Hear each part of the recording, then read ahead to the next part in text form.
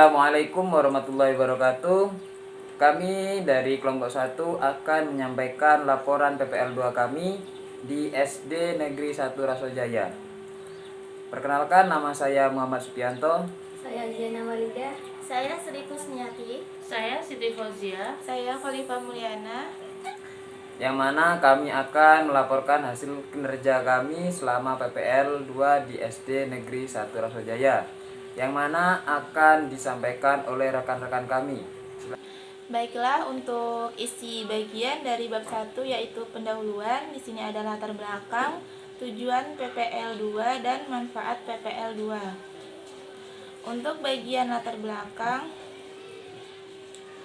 program pengalaman lapangan atau disingkat PPL adalah muara dari program pendidikan yang dihayati dan dialami oleh mahasiswa atau calon guru di bangku kuliah. Program pengalaman lapangan ini sering disebut dengan istilah propeling, dan kegiatan ini sudah tidak asing lagi bagi mahasiswa. Maka PPL diartikan sebagai suatu program yang merupakan ajaran pelatihan untuk menerapkan berbagai Baiklah, di sini ada bagian dari bab 1 yaitu pendahuluan, di mana ada latar belakang, tujuan PPL 2 dan manfaat PPL 2. Bagian dari latar belakang, program pengalaman lapangan atau disingkat dengan PPL adalah muara dari program pendidikan yang dihayati dan dialami oleh mahasiswa atau calon guru di bangku kuliah. Program pengalaman lapangan ini sering disebut dengan istilah propeling, dan kegiatan ini sudah tidak asing lagi bagi mahasiswa. Maka PPL artikan sebagai suatu program yang merupakan ajang pelatihan untuk menerapkan berbagai pengetahuan dan keterampilan serta sikap mental untuk menjadi guru yang profesional dan handal di kemudian hari. Karena sistem pendidikan nasional adalah keseluruhan komponen pendidikan yang saling terkait secara terpadu untuk mencapai tujuan pendidikan nasional. Pasal 1 Butir 3 Undang-Undang Nomor 20 Tahun 2003 tentang Sistem Pendidikan Nasional, yaitu pendidikan adalah usaha sadar dan terencana untuk mewujudkan suasana belajar dan proses pembelajaran agar peserta didik secara aktif mengembangkan potensi dirinya untuk memiliki kekuatan spiritual, keagamaan, pengendalian diri, kepribadian, kecerdasan, akhlak mulia, dan keterampilan untuk dirinya, masyarakat, bangsa, dan negara. Pendidikan bertujuan untuk meningkatkan kualitas sumber daya manusia, yaitu dengan melalui pembelajaran di sekolah. Dalam hal ini, guru merupakan komponen sumber daya manusia yang sangat berperan penting, dan peranannya tersebut harus dibina dan dikembangkan terus-menerus.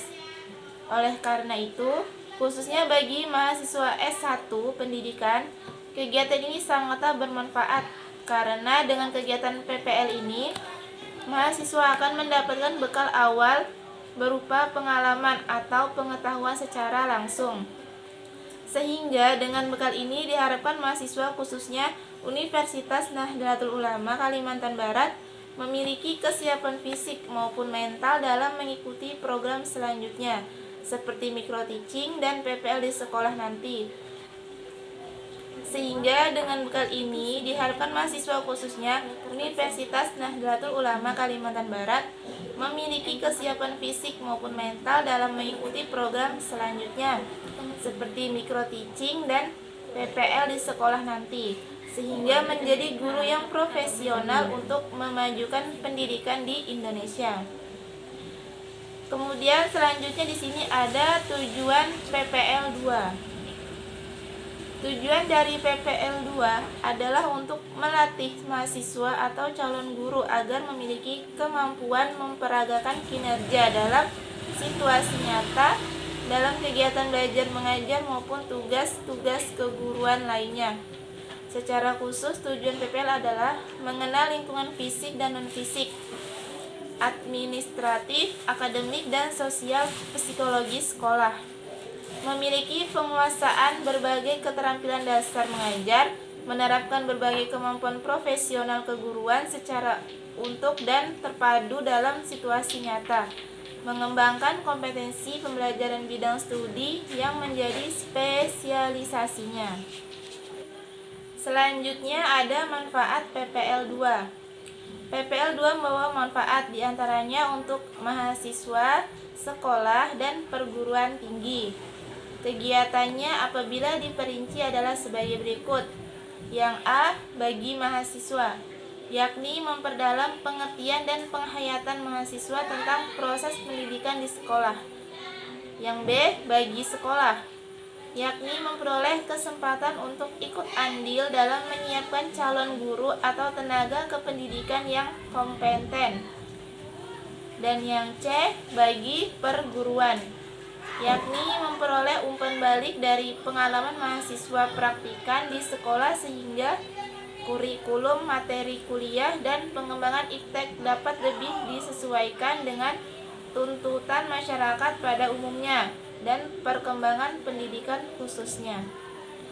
Bismillahirrahmanirrahim. Selanjutnya yaitu bab 2 tentang informasi umum sekolah. Yang pertama, profil sekolah.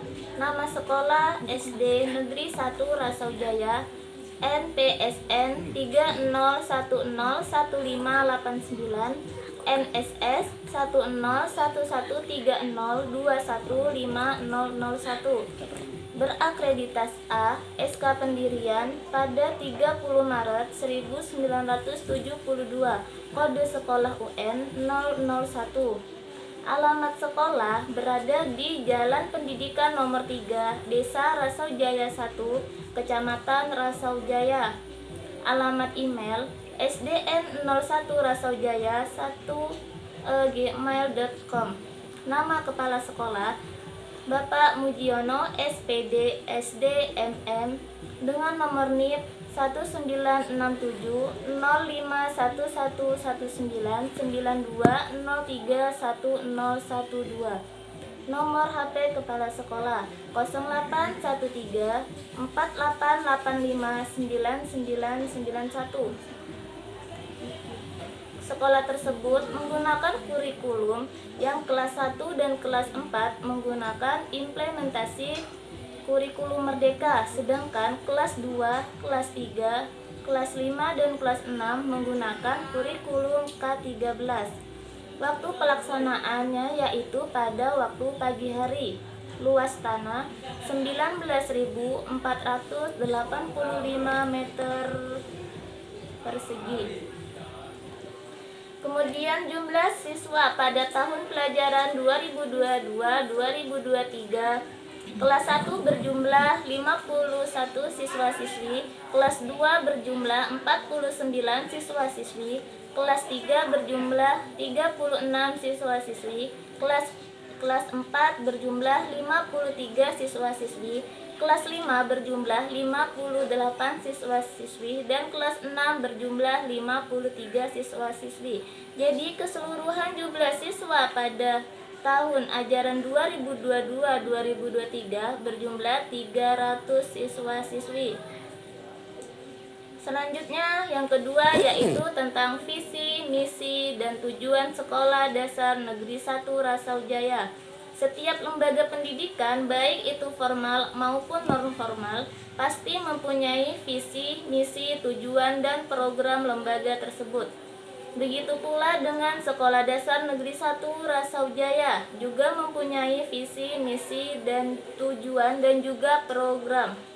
Yang pertama yaitu tentang visi. Visinya mewujudkan peserta didik yang berakhlak mulia, cerdas, terampil, berbudaya, dan cinta lingkungan berdasarkan iman dan takwa.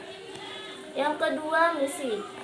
Misinya ialah meningkatkan kompetensi dan kinerja personil sekolah sesuai fungsi dan jabatan. Kedua, mengoptimalkan layanan pendidikan dengan memperhatikan kebutuhan perkembangan peserta didik. Yang ketiga, menumbuh kembangkan kecerdasan spiritual, intelektual, emosional, dan sosial peserta didik yang dilandasi nilai-nilai budaya dan karakter bangsa. Yang keempat, menanamkan nilai-nilai keagamaan Yang kelima, membangun citra sekolah sebagai mitra yang dipercaya di masyarakat. Yang keenam, mengembangkan bakat dan minat peserta didik melalui program. Dan yang terakhir yaitu mengembangkan bakat dan minat peserta didik melalui program pengembangan diri. Tujuan dari sekolah tersebut ialah terciptanya warga sekolah yang beriman dan bertakwa terhadap Tuhan Yang Maha Esa. Kedua, terciptanya lingkungan sekolah yang bersih, sehat, rapi, dan indah. Yang ketiga, terciptanya proses pembelajaran aktif, inovatif, kreatif, efektif, dan juga menyenangkan. Yang keempat, terciptanya peserta didik yang terampil di bidang akademik dan non-akademik. Yang kelima, terciptanya peserta didik yang terampil baca tulis Al-Quran. Dan yang terakhir yaitu tujuannya terciptanya peserta didik yang terampil di bidang kegiatan olahraga dan juga seni. Yang terakhir yaitu tentang struktural organisasi sekolah. Suatu organisasi pasti tidak terlepas dari namanya struktur organisasi, baik itu pada organisasi pemerintahan, kemasyarakatan, dan juga sekolah. Struktur organisasi memiliki peran penting dalam sebuah organisasi, di mana di dalam struktur tersebut dapat terlihat dan menjelaskan setiap tugas, peran dan fungsi dari setiap komponen penyelenggara organisasi tersebut. Struktur organisasi sekolah merupakan suatu bentuk yang berupa urutan atau daftar yang berfungsi sebagai suatu upaya dalam menjelaskan tugas dan fungsi dari setiap komponen penyelenggara pendidikan yang bersangkutan dengan sekolah tersebut. SD Negeri 1 Rasaujaya memiliki kepengurusan inti yang terdiri dari 9 orang pengurus inti yang terdiri dari kepala sekolah, komite sekolah, bagian kurikulum, kesiswaan, prasarana, bagian perpustakaan, tata usaha, bendahara BOS, dan juga bendahara umum. Tenaga pendidikan dan kependidikan di SDN 1 Rasaujaya juga terdiri dari 2 orang wali kelas 1, 2 orang wali kelas 2, 2 orang wali kelas 3, 2 orang wali kelas 4, 2 orang wali kelas 5, dan 2 orang wali di kelas 6. 1 guru bahasa Inggris, 1 guru agama Islam, 1 guru olahraga, 1 orang penjaga sekolah, 1 orang tenaga kebersihan, dan 2 orang tenaga administrasi. Selanjutnya yaitu bab 3, hasil kegiatan PPL 2. Yang pertama, hasil pelaksanaan PPL 2 di sekolah. PPL 2 di SDN Negeri 1 Rasaujaya yang dilaksanakan dari tanggal 1 September sampai tanggal 3 Desember 2022 berjalan dengan cukup baik. Secara umum, pelaksanaan PPL 2 dibagi menjadi 4 garis besar. Yang pertama yaitu pembekalan, yang kedua penyerahan, yang ketiga pelaksanaan, dan yang terakhir yaitu penarikan mahasiswa PPL. Yang pertama yaitu pembekalan PPL. Kegiatan yang dilaksanakan sebelum mahasiswa melaksanakan PPL 2 adalah pembekalan. Pembekalan tersebut meliputi materi pengembangan wawasan mahasiswa tentang pelaksanaan pendidikan dengan kebijakan baru bidang pendidikan. Yang kedua yaitu penyerahan mahasiswa PPL. Penyerahan mahasiswa PPL 2 di SD Negeri 1 Rasaujaya dilaksanakan pada tanggal 1 September 2022. Kegiatan ini berlangsung pada pukul 9 yang bertempatan di ruang kepala sekolah dan dihadiri oleh dosen pembimbing lapangan dan juga mahasiswa yang akan melaksanakan PPL dan juga guru pamong dan perwakilan dari kepala sekolah, dikarenakan kepala sekolah tidak dapat hadir ketika kami diserahkan. Yang ketiga yaitu pelaksanaan PPL. Kegiatan program pengalaman lapangan, mahasiswa mendapatkan pengalaman yang sangat berharga, baik pengalaman dalam merencanakan pembelajaran, menentukan metode yang akan digunakan, serta kegiatan administrasi sekolah. Setiap mahasiswa mendapatkan kesempatan untuk membuat rancangan pelaksanaan pembelajaran sebanyak 12 kali pertemuan, baik itu untuk kelas tinggi maupun kelas rendah. Selama kegiatan PPL, kegiatan yang kami lakukan seperti membuat jurnal pembelajaran, pembelajaran mandiri, pembelajaran terbimbing, mengetik soal-soal ulangan, kerja bakti, membersihkan lingkungan sekolah, membersihkan musola dan unit kesehatan sekolah, menggantikan guru kelas yang tidak hadir, membantu guru dalam menyiapkan survei lingkungan hidup, dan lain-lainnya. Yang keempat yaitu penarikan mahasiswa PPL. Penarikan mahasiswa PPL di SD Negeri 1 Rasojaya dilaksanakan pada hari Jumat 2 Desember 2022. Kegiatan penarikan mahasiswa PPL merupakan akhir dari kegiatan PPL 2 di SD Negeri 1 Rasojaya. Kegiatan diawali dengan acara makan bersama dengan anggota sekolah, baik dengan kepala sekolah, rekan guru, dan staf sekolah. Kegiatan ini dilaksanakan di ruang aula yang dihadiri oleh dosen pembimbing lapangan selaku perwakilan dari Universitas Nahdlatul Ulama, guru pamong, dan juga staf-staf guru yang lainnya. Akhir dari kegiatan penarikan mahasiswa PPL 2 di SD Negeri 1 Rasojaya adalah dokumentasi. Pengambilan foto dilaksanakan di halaman depan ruangan kepala sekolah. Dokumentasi dilaksanakan oleh 5 mahasiswa PPL 2, kepala sekolah, guru pamong, dosen pembimbing lapangan, dan juga staf guru. Selanjutnya yaitu pelaksanaan pembelajaran di sekolah dasar. Dalam pelaksanaan PPL 2, kami harus mengikuti peraturan-peraturan pelaksanaan kegiatan PPL yang diterapkan di sekolah tersebut, seperti jadwal dan kegiatan kami. Pada bulan pertama penyerahan, yaitu di bulan September, kami melaksanakan kegiatan praktik RPP terbimbing yang dibimbing langsung oleh guru pamong kami masing-masing. Dalam kelas guru pamong kami mengajar. Kemudian di bulan selanjutnya, yaitu di bulan Oktober, kami melaksanakan kegiatan RPP mandiri, yang mana kami melakukan praktik di setiap kelas, mulai dari kelas rendah hingga kelas tinggi yang dinilai langsung oleh guru pamong yang lainnya, sesuai dengan kelas yang kami dapatkan. Dan yang terakhir di bulan November, kami mempersiapkan untuk ujian akhir. Kegiatan pembuatan RPP serta praktik langsung di kelas hanya 2 kali dalam 1 minggu, yaitu pada hari Senin dan Kamis. Dalam sela waktu kami dapat menggantikan guru yang berhalangan tidak dapat mengajar. Selain itu, kami juga mengajar pendidikan agama Islam dari kelas 1 sampai kelas 3, dikarenakan kurangnya tenaga kerja untuk mengajar pendidikan agama Islam. Selanjutnya yaitu aktivitas non-mengajar di sekolah dasar.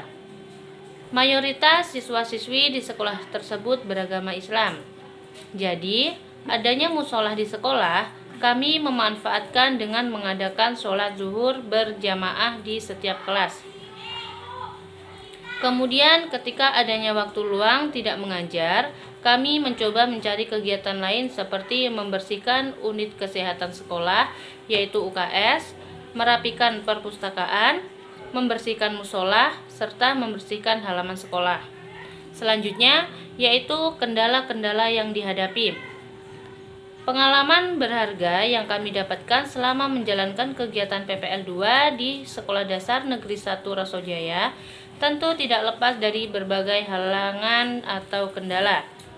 Kendala yang muncul selama pelaksanaan PPL yaitu kurangnya pembekalan di semester sebelumnya mengenai pembuatan modul kurikulum merdeka, sehingga kami mengalami kesulitan dalam pembuatan modul tersebut. Selanjutnya yaitu penanganan kendala-kendala yang terjadi. Kendala selama pelaksanaan PPL di Sekolah Dasar Negeri 1 Rasojaya yang diuraikan di atas bukan menjadi penghambat yang berarti, melainkan merupakan latihan bagi mahasiswa sendiri bagaimana mengatasi setiap kendala yang ada guna keberlangsungan kegiatan PPL itu sendiri. Usaha-usaha yang mahasiswa praktik lakukan untuk mengatasi hambatan atau kendala tersebut yaitu dengan saran dan arahan guru-guru di Sekolah Dasar Negeri 1 Rasojaya, kami diberi saran untuk memperbanyak literasi dan juga referensi agar lebih menguasai dalam pembuatan modul ajar kurikulum merdeka. Selanjutnya bab 4 yaitu penutup. Praktik pengalaman lapangan di SD Negeri 1 Rasojaya yang dilaksanakan dari tanggal 1 September 2022 sampai dengan tanggal 30 November 2022 berjalan dengan baik dan tanpa ada kendala. Pengalaman-pengalaman baik secara langsung maupun tidak langsung menjadi pembelajaran yang begitu berarti bagi mahasiswa praktik. Berdasarkan pengalaman-pengalaman selama kegiatan PPL 2, mahasiswa praktik menarik kesimpulan sebagai berikut. Yang pertama, program pengalaman lapangan dapat dijadikan wadah untuk mendapatkan pengetahuan dan pengalaman dalam rangka membentuk profesionalitas bagi calon pendidik.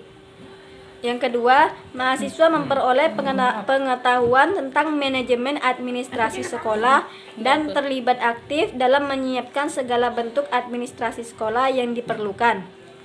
Yang ketiga, mahasiswa terlibat aktif dalam mempersiapkan dan membuat dokumen yang diperuntukkan dalam pengurusan kenaikan pangkat beberapa guru di sekolah. Yang keempat, mahasiswa dapat bersosialisasi langsung dengan seluruh anggota sekolah dan mendapatkan pengalaman-pengalaman pribadi serta menambah wawasan serta pergaulan yang diharapkan dapat bermanfaat bagi mahasiswa praktik sendiri maupun bagi sekolah dan setiap anggota sekolah. Selanjutnya yaitu saran. Proses pelaksanaan program pengalaman di SD Negeri 1 Rasojaya, mahasiswa sajikan secara rinci dalam laporan praktik pengalaman lapangan ini. Peningkatan keberhasilan praktik pengalaman lapangan di waktu yang akan datang dipengaruhi dari berbagai pihak, diantaranya pihak universitas, sekolah, dan mahasiswa itu sendiri. Saran dari kami yang telah melaksanakan PPL 2 ini di Negeri 1 Rasojaya yang perlu dipertimbangkan diantaranya adalah sebagai berikut. Yang pertama, bagi pihak universitas, yaitu persiapan dan pembekalan terkait informasi tentang teknis pelaksanaan praktik pengalaman lapangan harus diberikan lebih jelas sehingga mahasiswa tidak mengalami kebingungan. Selanjutnya yaitu meningkatkan monitoring selama pelaksanaan PPL 2 agar dengan cepat dapat menyelesaikan permasalahan yang muncul dalam pelaksanaan PPL 2. Yang selanjutnya, kerjasama yang telah terjalin antara pihak lokasi PPL dan universitas tetap dijaga dan tingkatkan untuk perbaikan program pengalaman lapangan di masa yang akan datang. Yang kedua, bagi sekolah, diharapkan sekolah dapat terus meningkatkan kualitas sekolah baik dari segi sumber daya manusia, saran dan prasarananya, serta kegiatan untuk mengembangkan berbagai minat dan potensi. Selanjutnya diharapkan program-program dan hasil kerja yang telah dilaksanakan selama praktik pengalaman lapangan dapat tetap dijaga, dimanfaatkan sebaik mungkin dan ditindaklanjuti. Dan semoga kerjasama dan koordinasi antara pihak sekolah dan para mahasiswa maupun universitas dapat lebih ditingkatkan dan tetap terjalin dengan baik. Nah, selanjutnya bagi yang ketiga yaitu bagi mahasiswa. Mahasiswa diharapkan melakukan observasi secara optimal agar program kerja praktik pengalaman lapangan dapat dilaksanakan sesuai dengan kebutuhan sekolah. Selalu menjaga kerjasama, kesantunan, kerukunan, serta kekompakan di dalam tim dengan selalu mengedepankan tanggung jawab dan kedisiplinan. Membuat jurnal harian sebaiknya dilaksanakan dengan tertib sehingga memudahkan saat penyusunan laporan. Membuat laporan sebaiknya dimulai sejak awal dengan cara dicicil sehingga mahasiswa tidak perlu bekerja keras di akhir kegiatan PPL. Mahasiswa diharapkan selalu membina komunikasi dengan baik dengan pihak sekolah, baik dengan kepala sekolah, rekan guru, staf, penerus sekolah, maupun penjaga atau satpam sekolah. Itulah tadi hasil laporan kami di SD Negeri 1 Rasojaya yang kurang lebih 3 bulan. Wallahul muwaffiq ila aqwamit thoriq. Assalamualaikum warahmatullahi